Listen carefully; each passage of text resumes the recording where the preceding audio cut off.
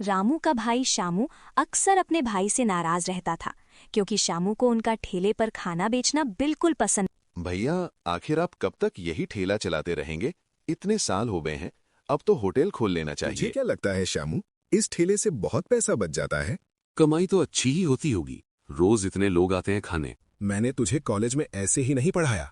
जो कमाई होती है उसका आधे से ज्यादा हिस्सा तेरी पढ़ाई में चला गया। इसी वजह से होटल नहीं खोल पाया। अब तो होटल खोल लीजिए, वहाँ हम बढ़िया बढ़िया महंगे पकवान बनाएंगे। मैं लोगों को कम दाम में घर जैसा खाना देता हूँ, इसी वजह से ठेला चलता है। जिस दिन महंगा खाना बेचूंगा उस दिन से लोग भी आना बंद कर देंगे। आप हमेशा गलत ही सोचते हैं। इस ठेले में कुछ नहीं रखा। वैसे भी मैं ठेला नहीं चलाऊंगा, मुझे होटल या ढाबा ही चलाना है। इतना कहकर शामू गुस्से में वहां से चला गया। उसकी नाराजगी रामू के दिल में चुभ गई। शामू जिद्दी है लेकिन बात गलत भी नहीं कह रहा। कब तक मैं सिर्फ ठेला ही चलाता रहूंगा? काफी सोच विचार के बाद रामू ने फैसला कर लिया कि इस बार वे शामू की बात मानेगा।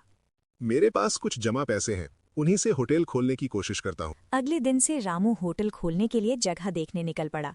थोड़ी तलाश के बाद उन्हें एक ऐसी जगह मिल गई जो सड़क के पास थी और आने जाने वालों के लिए बिल्कुल सही लग रही थी। भैया, ये जगह तो बहुत अच्छी है। यही होटल खोलेंगे तो हमारा नाम ही नाम हो जाएगा। शामू, नाम होटल से नहीं खाने से होता है। अगर खाना अच्छा होगा और दाम कम होंगे तो लोग अपने आप आने लगेंगे। खाना तो आप बढ़िया बनाते ही हैं, तभी तो इतने सालों से ठेला चला पा रहे हैं। अब बस जल्दी से होटल खोल लेते हैं। रामू भैया और श्यामू दोनों मिलकर जल्द ही अपना होटल खोल लेते हैं, लेकिन वे इस बात पर ध्यान नहीं देते कि ठीक पास ही गांव के लल्लन सिंह का एक छोटा सा रेस्टोरेंट पहले से मौजूद था। उसी रेस्टोरेंट में काम करने वाला एक आदमी दौड़ता हुआ सेठ के पास आता है। मालिक, आपने देखा, पास में ही किसी ने नया ढाबा खोल लिया है। अरे, किसकी इतनी हिम्मत हो गई जो मेरे रेस्टोरेंट के सामने ढाबा खोले? सेठ जी, होटल खुल चुका है। अगर आपने ध्यान नहीं दिया तो लोग उधर ही जाने लगेंगे। अरे भाई, मैंने इस रेस्टोरेंट में लाखों लगाए हैं, ऐसे किसी होटल से मेरा क्या बिगड़ेगा? सेठ को लगा कि रामू का होटल उनके रेस्टोरेंट का कुछ नहीं बिगाड़ पाएगा, लेकिन हुआ इसका बिल्कुल उल्टा। धीरे धीरे रामू के ढाबे पर लोगों की भीड़ बढ़ने लगी और सेठ के रेस्टोरेंट पर सन्नाटा छा गया। अरे भाई, बढ़िया हुआ जो यहाँ होटल खुल गया, वरना सेठ के रेस्टोरेंट में तो खाना खाकर पूरी जेब खाली हो जाती थी। ऊपर से स्वाद भी नहीं मिलता था, मजबूरी में वहीं खाना पड़ता था। अब तो रोज इसी होटल पर आएंगे। आप लोग रोज आइए, रास्ते में घर जैसा खाना आपको कहीं और नहीं मिलेगा। और सुविधाओं में भी हमारा होटल किसी रेस्टोरेंट से कम नहीं है। रामू भैया और श्यामू पूरी मेहनत से होटल चलाने लगे।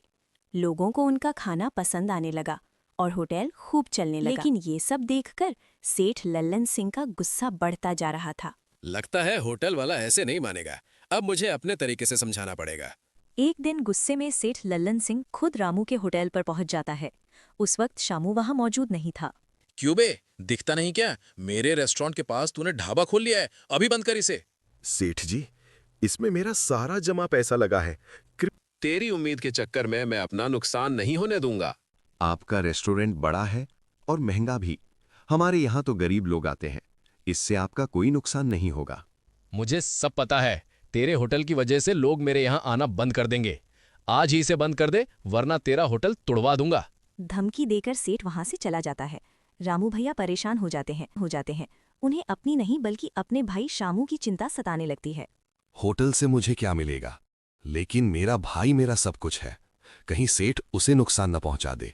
सेठ लल्लन सिंह की धमकी के बाद रामू भैया पूरी तरह से परेशान हो गए थे। उन्हें अपने होटल से ज्यादा अपने भाई श्यामू की चिंता थी। मैं तो जैसे तैसे जिंदगी गुजार लूंगा, लेकिन अगर सेठ ने मेरे भाई को कुछ कर दिया तो? होटल मेरे लिए इतना जरूरी नहीं जितना मेरा भाई। इसी डर की वजह से रामू भैया मन ही मन फैसला कर लेते हैं कि वे होटल बंद कर देंगे। शाम को जब शामू घर आता है तो रामू भैया उससे बात करते हैं। शामू, मुझे वो जगह ठीक नहीं लग रही और अब मुझसे वहां काम भी नहीं हो पाएगा। क्या मतलब भैया?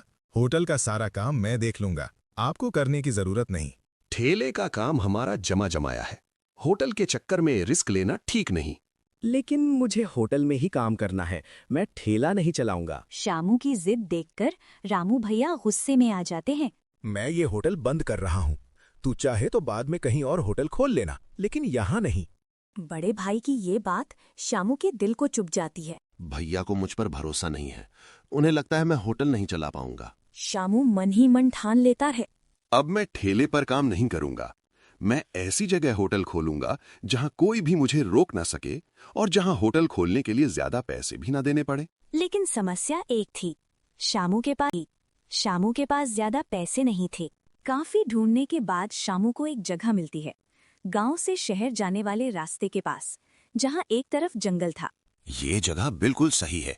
जंगल की वजह से यहाँ कोई कुछ नहीं बेचता, लेकिन रास्ता होने की वजह से लोग आते जाते रहते हैं। मैं यहीं पेड़ों के बीच तंबू लगाकर छोटा सा स्टॉल खोलूंगा। यहाँ से कोई मुझे हटा भी नहीं पाएगा। थोड़े से पैसों में शामू जंगल के पास एक तंबू लगाकर स्टॉल खोल देता है। लेकिन एक नई परेशानी सामने आती है। शामू को खाना बनाना नहीं आता था। इसी दौरान उसकी मुलाकात कमल से होती है। भैया कोई दिक्कत नहीं, मैं सारा दिन खाना बना दिया करूंगा। बस रात में जाते समय 500 रुपए दे दिया कीजिएगा। देख लेना कमल, ऐसा न हो कि ज्यादा पैसे मिलने पर तू काम छोड़ दे। नहीं भैया, पिछले 9 महीने से मेरे पास कोई काम नहीं था। आपने मुझे काम दिया, यही बहुत है। शामू को कमल की बातों पर भरोसा हो जाता है। ठीक है, कल से शुरू करते हैं। कमल खाना बनाने लगता है। रास्ते से गुजरने वाले लोग रुक रुक कर खाना खाने लगते हैं। बेटा, खाना तो बहुत अच्छा है, लेकिन जंगल के पास स्टॉल क्यों खोला? मुझे सिर्फ नाम नहीं चाहिए काका, मैं लोगों की मदद भी करना चाहता हूँ। इस रास्ते पर पहले खाने पीने की कोई जगह नहीं थी। पहले ही दिन से स्टॉल पर अच्छी भीड़ हो जाती आज है। 3500 रुपए की कमाई हुई। खर्च निकालकर भी अच्छा मुनाफा बना है। आज भैया को पता चलेगा तो वे जरूर खुश होंगे। जंगल के पास खुले शामू के ढाबे की चर्चा अब चारों तरफ होने लगी थी। जो भी उस रास्ते से गुजरता वहीं रुककर सस्ता और स्वादिष्ट खाना खाता। कुछ ही दिनों में अमित का ढाबा लोगों की जरूरत बन गया। अरे भाई शामू, तू हमें इतने सस्ते में खाना खिला रहा है, तेरा नुकसान तो नहीं होता? नहीं भाई, कोई नुकसान नहीं होता। आप लोग पेट भरकर खाइए। हर जगह शामू के ढाबे की तारीफ होने लगी और ये बात आखिरकार सेठ लल्लन सिंह के कानों तक भी पहुंच गई। अच्छा, तो रामू ने सीधे नहीं माना, इसलिए उसके बेटे ने दूसरी जगह होटल खोल लिया। अब समझ आया मेरे रेस्टोरेंट पर कोई क्यों नहीं आ रहा। गुस्से में भरा सेठ सीधे शामू के स्टॉल पर पहुंचता है। उस समय ढाबे पर शामू के कुछ दोस्त भी मौजूद होते हैं। क्यों बे लड़के, मैंने तेरे भाई को समझाया भी था और धमकाया कि ढाबा बंद कर दे। तू क्या चाहता है? जब तक मैं तेरी हड्डियां ना तोड़ दूं तब तक नहीं मानेगा। आपकी वजह से ही मेरे भाई ने होटल बंद किया था, लेकिन अब मैं अपना ढाबा खुद चला रहा हूँ। सेठ लल्लन सिंह हूँ, पास में मेरा बड़ा रेस्टोरेंट है। तेरे इस तंबू की वजह से मेरे यहाँ कोई नहीं आ रहा। अभी इसे हटा दे, वरना तेरा तंबू उखड़वा दूंगा। सेठ की ये धमकी सुनते ही शामू के दोस्त खड़े हो जाते हैं। लल्लन सिंह, हमें तुमसे ये उम्मीद नहीं थी। तुम बच्चों को धमका रहे हो। ये मेहनत से कमाने वाले लोग हैं, तुम्हारे महंगे रेस्टोरेंट पर कौन जाए? यह सब देखकर सेठ बिल्कुल डर जाता है। अगर आज के बाद तुमने शामू को डराने या धमकाने की कोशिश की तो हम सब मिलकर तुम्हारा रेस्टोरेंट बंद करवा देंगे। मुझसे गलती हो गई, अब मैं कभी कुछ नहीं कहूंगा। इसे जहां होटल खोलना है वहां खोले। अपनी बेइज्जती होते देख सेठ वहां से चला जाता है। अगले दिन रामू भैया को पूरे गांव से शामू के ढाबे की खबर मिलती है।